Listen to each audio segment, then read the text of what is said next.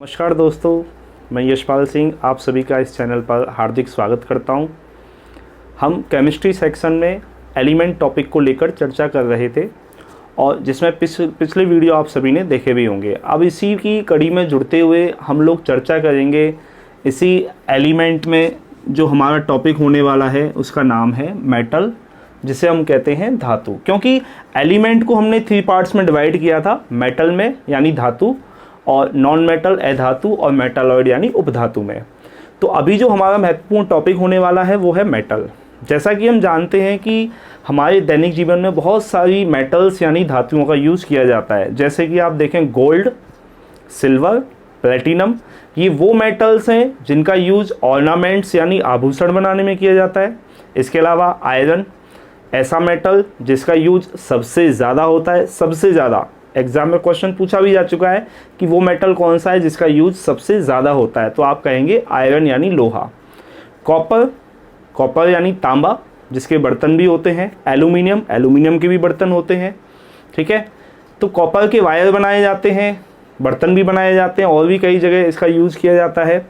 तो सबसे पहले मनुष्य ने कौन सी मेटल को यूज़ में लिया, उपयोग में लिया, तो आप कहेंगे कॉपर। और सबसे ज़्यादा यूज़ में आने वाला मेटल कौन सा है, तो आपका आंसर होगा आयरन। ये ध्यान रखें आप। तो देखिए, मेटल की अगर हम बात करें, धातु की अगर हम बात करें, तो हमें पता होना चाहिए कि मेटल यानी धातु की कुल संख्या कितनी है। बहुत अच्छा क्वेश्चन है। तो इनकी कुल संख्या है 91। ये आप सभी याद रखें। एलिमेंट की अगर हम बात करें तो 118। अगर मेटल की हम बात कर रहे हैं तो इनकी कुल संख्या होगी 91। इसके बाद में देखिए, हम अगर मेटल टॉपिक पढ़ें तो उसमें हम चर्चा करेंगे इसके फिजिकल प्रॉपर्टीज़ यानी भौतिक गुण को लेकर के। गुण का मतलब है खूबियों से, या उसकी क्या खासियत है, या उसकी विशेषताएं क्या है, इससे लिया जाता है। और इसकी सेकंड प्रॉपर्टी पर हम चर्चा करने वाले हैं केमिकल प्रॉपर्टी यानी रासायनिक गुणों को लेकर के। अब देखिए, यहाँ पर जो फिजिकल प्रॉपर्टी और केमिकल प्रॉपर्टी, दो इसकी खूबियाँ हैं, दो इसकी खासियत हैं, या हम कहें इसकी विशेषताएं हैं। आप इसे यूँ समझ सकते हैं कि जैसे कोई भी इंसान होता है, व्यक्ति होता है, जब आप उसके बाह्य स्वरूप को देख करके, बाह्य स्वरूप यानी उसके एक्सटर्नल जो फीचर्स हैं उसे आप देखकर उसकी हाइट के बारे में, उसकी वज़न के बारे में, उसकी बॉडी के कलर के बारे में, इन सभी के बारे में बता पाते हैं, तो वो उसकी फ़िजिकल प्रॉपर्टी कहलाती है। और जब उसकी पर्सनैलिटी को लेके हम चर्चा करते हैं तो वो उसकी एक तरीके से समझने के लिए मैंने एग्जांपल दिया है, तो उसकी केमिकल प्रॉपर्टी कहलाती है। वैसे ही मेटल्स होती हैं, धातुएँ होती हैं, वो देखने में कैसी होती हैं, उनकी फिजिकल स्टेट यानी भौतिक अवस्था कैसी होती है, वो ठोस होती हैं, वो द्रव होती हैं, या वो गैस होती हैं। इसके अलावा उनका कलर कैसा है, ठीक है, वो कठोर हैं कि मुलायम हैं, ठीक है। इसके अलावा और भी बहुत सारे भौतिक गुण होते हैं जो कि बोर्ड पर लिखा हुआ है, उन पर हम चर्चा करेंगे। वैसे केमिकल प्रॉपर्टी को लेकर अगर हम बात करें, जब मेटल को हम वाटर के साथ रिएक्शन कराते हैं तो वो कौन सा केमिकल कंपाउंड बनाती है, या अपना क्या व्यवहार दर्शाती है। और जब हम उसकी ऑक्सीजन या हम कहें वायु के साथ रिएक्शन कराते हैं तो अपना वो क्या रासायनिक व्यवहार दर्शाती है, वैसे ही अम्ल के प्रति क्या रासायनिक व्यवहार दर्शाती है। तो इस तरीके से यहाँ पर आपको समझ में आ रहा होगा कि भौतिक गुण और रासायनिक गुणों की हम यहाँ पर चर्चा करने वाले हैं, क्योंकि एग्ज़ाम पॉइंट ऑफ व्यू से काफ़ी इम्पोर्टेंट टॉपिक है ये। तो देखिए, यहाँ फिजिकल प्रॉपर्टीज़ में हम क्या क्या पढ़ने वाले हैं। तो फिजिकल प्रॉपर्टी में फर्स्ट पॉइंट हमने लिखा है फिजिकल स्टेट यानी उसकी भौतिक अवस्था। और भौतिक अवस्था का मतलब लिया जाता है कि जो मेटल है वो सॉलिड फॉर्म में है, यानी सॉलिड है, लिक्विड है, या फिर क्या है, वो गैस है। क्योंकि हमें पता है कि पदार्थ की 3 अवस्थाएं होती हैं आमतौर पर जो हम दैनिक जीवन में देख पाते हैं, ठोस, द्रव और गैस। वैसे ही हम इस पर चर्चा करेंगे। इसकी जो सेकंड प्रॉपर्टी है वो है इसकी हार्डनेस यानी कठोरता को लेकर के, कि ये कठोर होती हैं या मुलायम होती हैं। वैसे ही इसकी डेंसिटी यानी घनत्व को लेकर हम चर्चा करेंगे, इसके कलर को लेकर चर्चा करेंगे, और वैसे ही अन्य और भी इसकी क्या है, फिजिकल प्रॉपर्टीज़ हैं, इन सभी को लेकर के हम चर्चा करने वाले हैं। तो देखिए, सबसे पहला पॉइंट आएगा यहाँ पर इसकी फिजिकल प्रॉपर्टी यानी भौतिक अवस्था। तो देखें दोस्तों, यहाँ पर अब हम फिजिकल प्रॉपर्टी में इसकी फिजिकल स्टेट की बात करें कि जो मेटल्स होती हैं, जो धातुएं होती हैं, अब हम जान चुके हैं कि जो मेटल्स हैं इनकी टोटल संख्या कितनी है, तो आप कहेंगे 91। और इसकी फिजिकल प्रॉपर्टी में हम बात करें सबसे पहले इसकी भौतिक अवस्था को लेकर।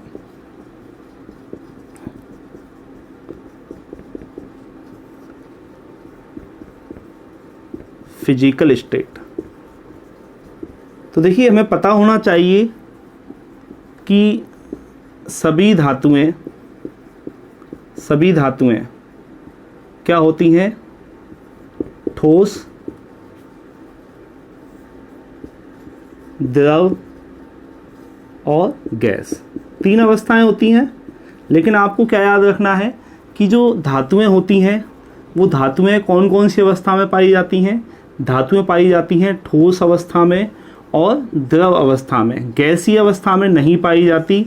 यही अपने आप में एक क्वेश्चन है जो आपसे पूछ लिया जाएगा, क्योंकि यहाँ पर आप देखें कि अधिकांश जो धातुएं होती हैं वो ठोस अवस्था में होती हैं, जैसे आयरन है, गोल्ड है, सिल्वर है, प्लेटिनम है, कॉपर है, ये सभी इसके एग्जाम्पल हो सकते हैं, ठीक है। लेकिन आपसे जो क्वेश्चन पूछेगा कि वो धातुएं बताइए जो द्रव अवस्था में पाई जाती हैं, लिक्विड स्टेट में पाई जाती हैं, तो आप कहेंगे वो धातुएं कौन कौन सी हैं। हम पढ़ चुके हैं पिछली क्लास में तत्व वाले टॉपिक में GSM-Fr आपको याद होगा, लेकिन और Br, वहाँ Br यानी ब्रोमीन तो अधातु थी, नॉन मेटल थी, लेकिन अब हमारा जो टॉपिक है वो क्या है, मेटल को लेकर के है। तो आपको पता होना चाहिए यहाँ पर कौन कौन सी आपको वो मेटल याद रखनी है जो लिक्विड फॉर्म में होती हैं। तो मरकरी यानी सिंबल होता है Hg। इसके अलावा आप क्या याद रखेंगे, गैलियम सिंबल आप याद रखें Ga। इसके अलावा सीजियम सिंबल आप क्या याद रखेंगे, Cs। और इसके अलावा सिंबल क्या आप याद रखेंगे, अगला जो मेटल है उसका नाम क्या याद रखेंगे आप, फ्रांसियम, Fr। लेकिन आमतौर पर आपने देखा होगा, आमतौर पर एग्जाम में जो क्वेश्चन पूछा जाता है वो Hg को लेकर के ही पूछा जाता है। लेकिन यहाँ पर मैं एक पॉइंट और लिख देता हूँ, एट रूम टेम्परेचर, कमरे के ताप पर, यानी रूम टेम्परेचर का मतलब हम ले सकते हैं 25 से 30 डिग्री सेल्सियस टेम्परेचर पर, या कई जगह कई किताबों में 35 डिग्री तक भी लिखा हुआ है। तो आप एवरेज आप ले सकते हैं 30 या 25 या 28 भी ले सकते हैं आप। तो 25 से 30 डिग्री सेल्सियस टेम्परेचर पर ये जो मेटल होती हैं ये कौन सी अवस्था में आ जाती हैं, द्रव अवस्था में आ जाती हैं। लेकिन जो Hg होती है वो तो सामान्य ताप पर ही क्या होती है, सामान्य ताप पर ही द्रव अवस्था में होती है। क्यों होती है वो हम आगे पढ़ेंगे। तो ये पॉइंट आप याद रखें कि जो धातुएं होती हैं वो गैसीय अवस्था में नहीं पाई जाती है। मैंने क्रॉस का निशान लगाया हुआ है, ठीक है। यहाँ से पिछली बार NTPC में क्वेश्चन आया था, लेकिन वो मेटल को लेकर नहीं आया था, वो क्वेश्चन पूछा गया था नॉन मेटल को लेके, अधातु को लेके। क्योंकि जो नॉन मेटल होती हैं, मैं अभी आपको अंतर बताता चलता हूँ कि मेटल और नॉन मेटल में क्या डिफरेंस है, अंतर है। देखिए यहाँ मेटल की बात करें, लेकिन अब मैं नॉन मेटल पे भी थोड़ी सी चर्चा करना चाहूँगा, जिससे आपको पॉइंट क्लियर हो जाए कि मेटल तो ठोस और द्रव होती हैं, जबकि नॉन मेटल में हम पढ़ेंगे वो तीनों अवस्थाओं में पाई जाती हैं, यानी ठोस में, द्रव में और गैस में। नॉन मेटल यानी अधातु, लेकिन हम बात कर रहे हैं अभी धातुओं की। तो ये पॉइंट आपको क्लियर हो जाना चाहिए। अगला पॉइंट अगर हम देखें तो हार्डनेस यानी कठोरता को लेकर के है कि धातुएं कठोर होती हैं क्या। सेकंड पॉइंट जो हमारा होने वाला है वो है कठोरता को लेकर, हार्डनेस यानी कठोरता।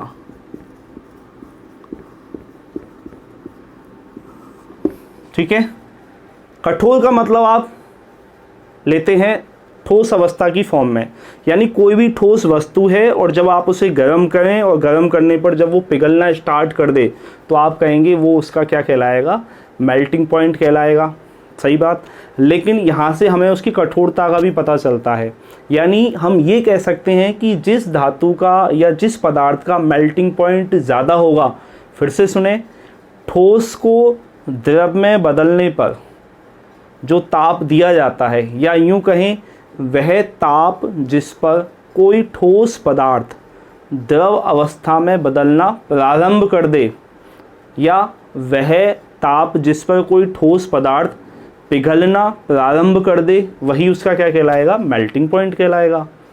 तो हम ये समझ सकते हैं जिसका मेल्टिंग पॉइंट कम होगा वो जल्दी पिघलेगा, जिसका मेल्टिंग पॉइंट ज़्यादा होगा उसे पिघलने में ज़्यादा समय लगेगा। इसका मतलब जिसका मेल्टिंग पॉइंट ज़्यादा होगा तो वो ज़्यादा कठोर होगा पहले वाले की तुलना में। तो कठोरता का मतलब हम मेल्टिंग पॉइंट से ले सकते हैं, कठोरता का मतलब मेल्टिंग पॉइंट से। तो हम ये कह सकते हैं जो जल्दी से ना पिघले, जो जल्दी से ना पिघले मतलब पिघलने में उसे क्या लगे, समय अधिक लगे। कहते हैं ना आइसक्रीम मेल्ट हो रही है, पिघल रही है, ठीक है।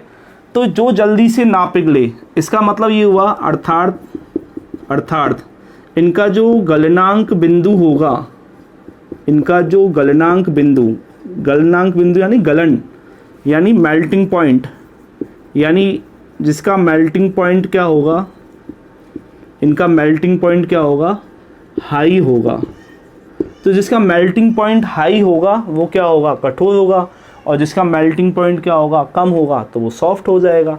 अब देखिए यहाँ पर आप देखें तो आपसे जो क्वेश्चन पूछा जाएगा, ये पूछा जाएगा कि सर्वाधिक कठोर धातु का नाम बताइए, या फिर आपसे क्वेश्चन पूछेगा कि मुलायम धातु का नाम बताइए। तो आपको पता होना चाहिए जो सबसे कठोर धातु है वो कौन सी है, टंगस्टन है। लेकिन कई गाइडों में, कई किताबों में आप देखेंगे प्लैटिनम भी लिखा हुआ है, लेकिन आप याद रखें वो गलत है। सबसे ज़्यादा कठोर यानी हार्डेस्ट मेटल की अगर हम बात करेंगे तो आंसर हमेशा टंगस्टन ही देना है आपको, जिसका मेल्टिंग पॉइंट धातुओं में सबसे ज़्यादा होता है। तो देखिए मैं जो जल्दी से ना पिघले, पिघलाने के लिए आप उसे क्या करेंगे, गर्म करेंगे। पिघलाने के लिए आप उसे क्या करेंगे, गर्म करेंगे। तो गर्म करने का मतलब हीट से होता है। तो आप ऐसे याद कर सकते हैं, ये ट्रिक है हीट पे। भाई अगर किसी चीज़ को पिघलाना है तो आप उसे हीट देंगे ना, हीट करने का मतलब उसे पिघलाना चाहें तो हीट दे रहे हैं, आप उसे गर्म कर रहे हैं। तो हीट पे याद कर सकते हैं। हीट पे का मतलब देखिए क्या होने वाला है, हीट पे का मतलब आप याद कर सकते हैं, ही का मतलब आप याद करेंगे हीरा से है, डायमंड जिसे हम कहते हैं, ठीक है। और इसका मतलब आप याद कर सकते हैं टंगस्टन से है, और पे का मतलब आप क्या याद कर सकते हैं, प्लेटिनम से।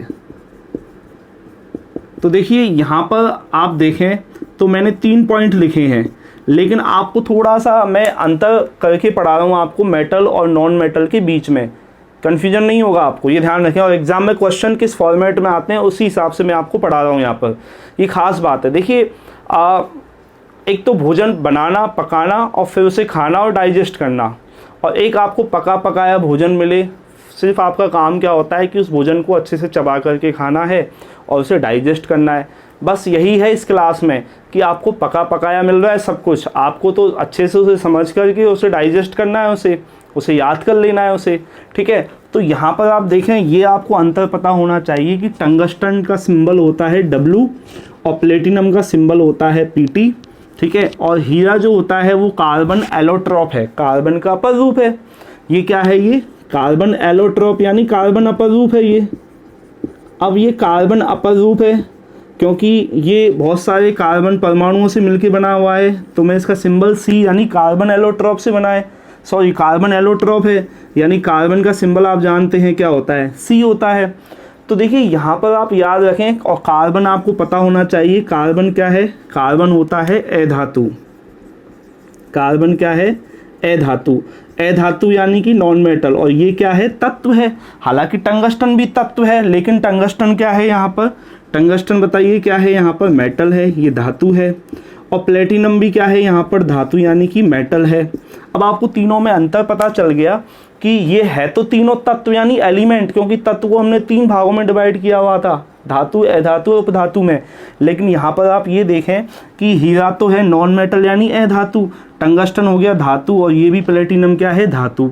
अब देखिए हीट पे गर्म करने पर पिघलेगा। अब इनमें से जिसका मेल्टिंग पॉइंट सबसे ज़्यादा होगा, इसका मतलब क्या हुआ, इसका मतलब ये हुआ कि उसका वो सबसे ज़्यादा क्या होगा, कठोर होगा। तो हमेशा याद रखें दोस्तों, जो हीरा होता है, इस हीरा का जो मेल्टिंग पॉइंट होता है, हीरा का मेल्टिंग पॉइंट होता है कितना होता है हीरा का मेल्टिंग पॉइंट? यहाँ पर आपको याद रखना है, इसका मेल्टिंग पॉइंट आपको याद करना है 3843 केल्विन। तो 3843 केल्विन इसका क्या होता है? मेल्टिंग पॉइंट होता है। ये पॉइंट 3843 होता है इसका मेल्टिंग पॉइंट, और केल्विन में लिखा है, ये भी आपको याद रखना है। अगर आप इसे सेल्सियस में निकालेंगे तो -273 कर दीजिए, और -273 करेंगे आप इसे तो ये आ जाएगा 3570 डिग्री सेल्सियस।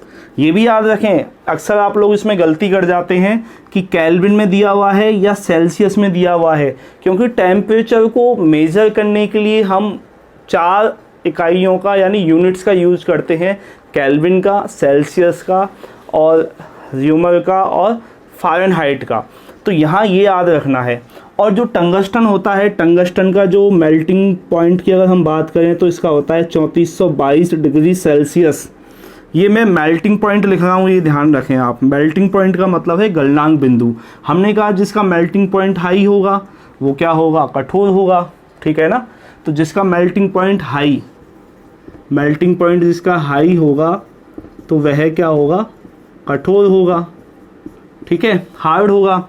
देखिए अब यहाँ पर इसकी तुलना में इस टंगस्टन का मेल्टिंग पॉइंट थोड़ा सा कम है। कई किताबों में 3500 डिग्री सेल्सियस भी लिखा हुआ है। दोस्तों देखिए 3422 डिग्री सेल्सियस तो बिल्कुल एक्यूरेट आंसर है इसका, लेकिन आप देखें 3500 ऑप्शन पर डिपेंड करेगा, ऑप्शन में क्या दिया हुआ है। ऑप्शन इसके आसपास जो भी वैल्यू दी हुई है वही आपका आंसर होगा, ये ध्यान रखें आप, कोई कंफ्यूजन नहीं होना चाहिए आपको। और प्लेटिनम की अगर हम बात करें तो इसका मेल्टिंग पॉइंट कभी भी एग्जाम में नहीं पूछा जाता है, वैसे आप पूछे तो 1750 डिग्री सेल्सियस के आसपास होता है। तो देखिए इनमें अगर हम चर्चा करें तो सबसे ज़्यादा मेल्टिंग पॉइंट किसका है? हीरा का है, और उससे कम किसका है? टंगस्टन, और इससे कम है प्लेटिनम। अब आप खुद ही समझ सकते हैं कि जब टंगस्टन और प्लेटिनम दोनों धातु हैं, तुलना करेंगे तो टंगस्टन का सबसे ज़्यादा है, और हीरा क्या है? अधातु है, या आप इसे तत्व कह सकते हैं। तो देखिए क्वेश्चन कैसे बनेगा आपके लिए कि वह तत्व जिसका मेल्टिंग पॉइंट सबसे ज़्यादा होता है, तो आप आंसर देंगे टंगस्टन। किताबों में लिखा हुआ है, गलत है, टंगस्टन नहीं होगा, आंसर होगा कार्बन। और कार्बन नहीं होगा तो ऑप्शन में हीरा जरूर देगा आपको, ठीक है, कार्बन या हीरा, ये ध्यान रखें, क्योंकि हीरा क्या है? कार्बन एलोट्रॉप है। मैंने क्वेश्चन बोला कि सर्वाधिक गलनांक बिंदु कौन से तत्व का है, या सर्वाधिक गलनांक बिंदु किस तत्व का होता है? तत्व बोला है, तत्व का मतलब तीनों की बात चल रही है, अब धातु, अधातु और उपधातु की। अगर क्वेश्चन पूछे कि सर्वाधिक गलनांक बिंदु बताइए किसका है, कौन सी धातु का है, तो आप कहेंगे टंगस्टन का। क्लियर? तो वैसे ही आपसे क्वेश्चन पूछेगा कि सर्वाधिक कठोर पदार्थ बताएं, तो आप कहेंगे हीरा, क्योंकि मेल्टिंग पॉइंट सबसे ज़्यादा हीरा का है। और सर्वाधिक कठोर धातु पूछे आपसे तो आप आंसर क्या देंगे? टंगस्टन। क्लियर होना चाहिए पॉइंट, किसी प्रकार की गलती ना करें, समझ में आ जाना चाहिए। फिर से समझ सकते हैं, हीट पे का मतलब अगर आप हीट देंगे किसी चीज़ को, गर्म करेंगे तो वो पिघलेगी, और पिघलने का मतलब उसके मेल्टिंग पॉइंट से लिया जाता है। और मेल्टिंग पॉइंट जिसका ज़्यादा होगा वो क्या होगा? कठोर होगा। तो आप सीधा सा समझ सकते हैं, यहाँ मैंने धातु और अधातु दोनों में अंतर बता दिया, क्योंकि कार्बन क्या है?